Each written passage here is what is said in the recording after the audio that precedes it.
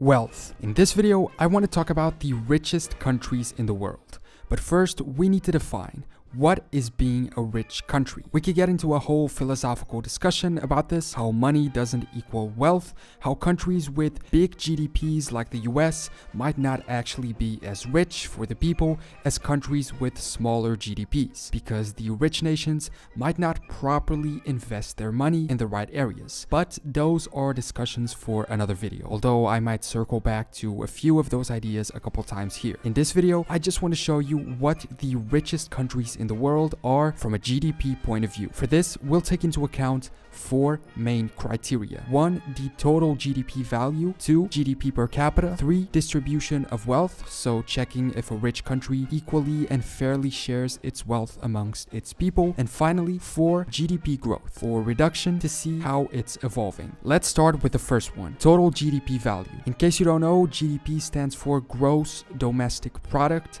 Essentially, it is the total value of goods produced and services provided in a country during 1 year. The top 10 richest countries from number 10 to number 1 are Canada, Brazil, Italy, France, the UK, India, Germany, Japan, China, and the US. However, if we count the European Union as a whole instead of just the individual countries, it occupies the 2nd place worldwide, not too far from the US. Although we should note as well that the top 2/3 are very much ahead of the rest. In this map, we can have a general overview of the world. The darker the blue, the higher the GDP, the lighter the blue, the lower the GDP. According to this data, the 5 poorest countries in the world in terms of GDP are the Federated States of Micronesia, Palau, the Marshall Islands, Kiribati, and Tuvalu. All of these are island nations and thus have severe limitations, if nothing else because they don't have a lot of room. In fact, it's interesting to note that there is somewhat of a correlation between country size and GDP size, although we also see cases of very small countries with big GDPs, like Belgium, Denmark, the United Arab Emirates, or Singapore. In geographic terms, let's take a look at how things are. I'll just go by the color intensity and not get into specific values as to not get too confusing and unnecessarily specific. North America has rich countries. The United States have the biggest economy worldwide, and Canada and Mexico have high results as well. Central America and the Caribbean, however,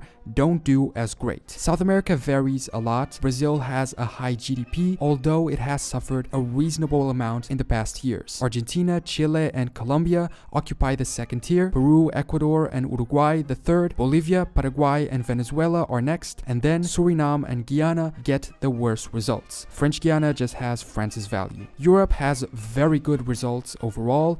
This is why the EU occupies the number 2 slot in the ranking. The biggest economy is Germany, followed by the UK, Italy, France, and Spain. Then we have some 2nd tier but also very good results in Switzerland, Austria, Poland, etc. The Nordic countries have high GDPs, with the exception of Iceland, but they're a perfect example of one of the things I mentioned earlier.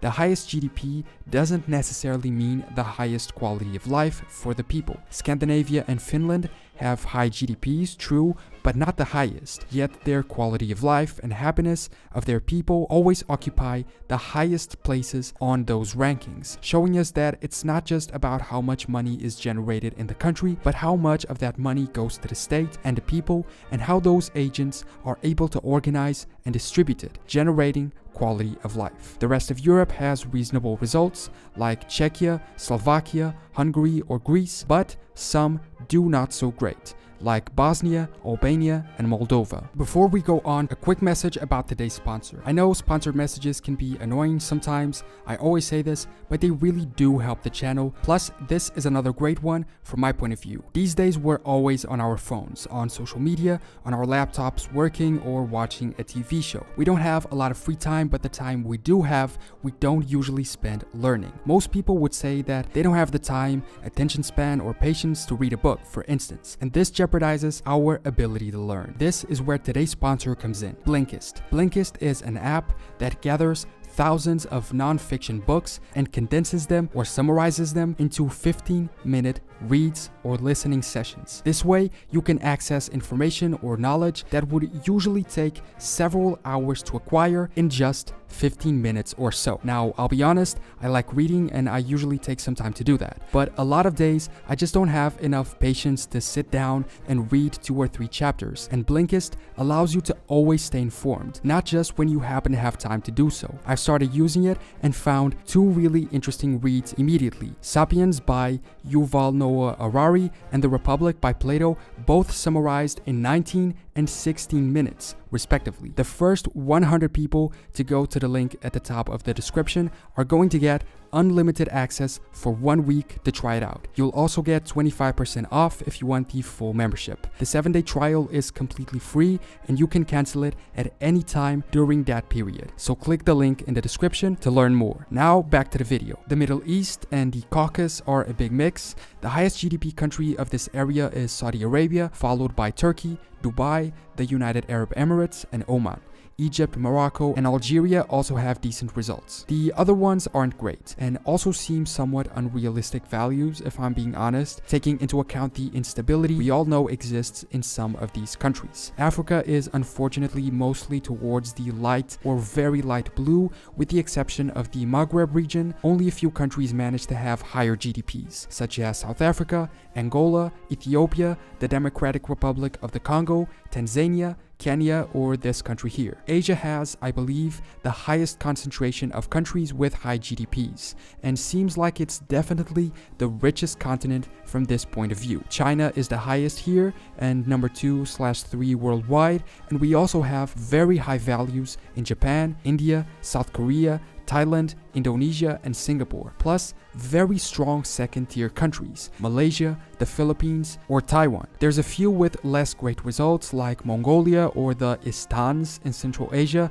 but overall, good results. Finally, Oceania does very well. Australia has a good GDP and New Zealand follows, but also being very good. Papua New Guinea is low, as are the island nations. We already saw total GDP value. Now let's see GDP per capita. Again, if you are unfamiliar with the term, GDP per capita is a measure of a country's economic output that accounts for its number of people. It divides the GDP by its total population. Here it becomes evident how some very small countries have high GDPs because they instantly jump to the top of the list. Monaco and Liechtenstein are number 1 and number 2, followed by Luxembourg, Switzerland, Macau, Norway, Ireland, Qatar, Iceland, the United States, Singapore, Denmark, and Australia. This type of rating is somewhat lacking in the aspect that it misrepresents wealth. Countries that have large populations are hurt in the ranking unless they have gigantic GDPs to match it. We can also see the differences from the previous map in that aspect. China, for instance, who occupies number 2 or 3 worldwide, follows to number 66 in per capita because it has so many people. The EU would rank at around number 25 worldwide in average of its member countries. In the worldwide map, the greener, the better, the redder, the worse. Here, Asia is clearly not as great as it seemed to be in the previous map because so many people live in Asia. Japan and South Korea are the exceptions, as well as other small regions like Macau or Singapore. South and Central America also suffer a lot, as well as Mexico, and Africa does even worse than before, with only 3 or 4 countries managing to reach yellow and none in the green. Europe does somewhat better, but it's important to note that the previous highest ranks are replaced. Instead of Germany and the UK, we now have Luxembourg, Switzerland, Monaco, Norway, Denmark, Iceland, and Ireland leading the charts. Iceland is a fantastic example. It had a low ranking in terms of total GDP, but since it has very few people, it's one of the highest in GDP per capita. However, GDP per capita is just a simple division of the total GDP value by the number of people living in the country, and so its results can be a little misleading. It's that whole story. If you have a country with 100 people and on average the population eats 100 chickens a day, you can say, oh, each person gets 1 chicken, but that's not necessarily true. You can have 50 people eating 2 chickens and the other 50 starving. So in order to understand if wealth is properly distributed, we need to use another type of ranking, the Gini coefficient or Gini index, called Gini because it was developed by Italian statistician Corrado Gini. The Gini index is intended to represent the income or wealth distribution of a nation's residents and is the most commonly used measurement of inequality. I won't get into the math behind it because, to be honest, I myself don't know enough math to understand it, but what we need to know is that it measures countries' inequalities in income distribution by ranking them from 0 to 100 or 0 to 1 if you just want to use decimals. If the value is 0, then there is perfect equality. If the value is 1 or 100%, depending how you're measuring, then that means total inequality in the sense that one person has all the wealth concentrated in them and everybody else has nothing. An index value of 50 above is considered high. Now, this data is somewhat outdated because apparently these measures aren't done very frequently, and to make it worse, they don't match. So some countries might present data from 2017, others from 2014, others from 2011, but it's the information we have, so let's go with it. Again, the higher the value, the worse, and on the map, green is good, red is bad. It's worth noting that the best result is of 25 when total equality would mean 0. All of America has very bad results, the worst being in Bolivia and Colombia. The US aren't terrible, not crossing the 50 threshold, but being very close to do that. The only country in the green is Canada. Europe is very decent, most are in the average green with some doing very well, especially Scandinavia, Finland, Germany, Austria, Czechia, Slovakia, and a few I was surprised with, maybe for prejudice on my end, but Serbia, Bulgaria, the Ukraine, and Belarus, and others sadly more towards the light green, having less income equality. The UK, the Baltic nations, Italy, and Portugal. The last tier has very similar results to the Middle East, for instance. North Africa in general has okay results, with the exceptions of Morocco and Tunisia, plus some missing data. The further south you go, the worse the results, with Namibia, Botswana, and South Africa having some of the worst results worldwide, with the biggest income inequalities. In Africa, Ethiopia has the best results. In Asia, results are very decent as well, although the average equality is a little less than Europe's, for instance. Japan does the best, followed by South Korea. In Oceania, things are okay too, with the exception of Papua New Guinea. In terms of an actual ranking, these are the 10 countries with the most income equality, from number 10 to number 1. Belgium, Norway, Iceland, Azerbaijan, Ukraine, Moldova, Slovakia, Belarus, Czechia, and Slovenia. Keep in mind that this doesn't necessarily mean that the average person is richer in these countries. It just means that the difference between the amount of money the richest person has and the poorest person has is smaller. So if everyone is really poor, then perfect equality would exist, but even if fair, that wouldn't necessarily be good. On the other end, the 10 countries with the most income inequality are Belize, Brazil, Mozambique, Eswatini, Central African Republic, São Tomé e Príncipe, Zambia, Suriname, Namibia, and South Africa. We can also see the evolution of some countries worldwide in the last 70 years. In Brazil, the US, and China, inequality has gone up. Mexico has been able to reduce it a little, and in general, it seems that sadly, inequality is going up. Speaking of evolution, and finally, we can take a look at the final criteria: GDP evolution. Going back to the first criteria of total GDP and just seeing very briefly how they have evolved in the past years. This data is from 2017 too. The good news is that